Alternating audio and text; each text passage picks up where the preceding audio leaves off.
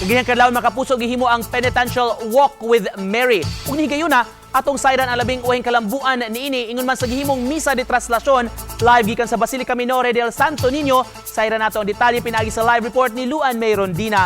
Pit Senyor, partner May.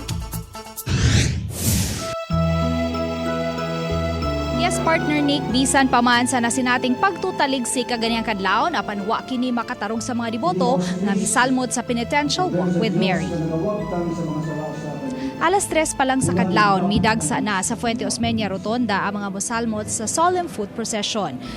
Midanag sa Osmeña Boulevard ang bitbit nga mga kandila sa mga deboto ug ang dala nilang mga imahen sa mahal nga berhen ug sa Señor Santo Niño.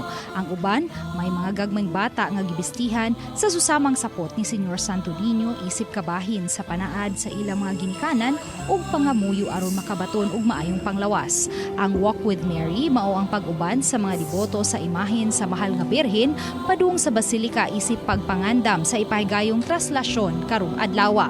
Gisubay sa mga deboto ang mokapin sa 2 kilometros nga bahin sa Osmeña Boulevard paingon sa basilika. Alas 5:12 naabot sa basilika ang imahen sa mahal nga berhen nga mainiton usab nga gisugat sa mga deboto.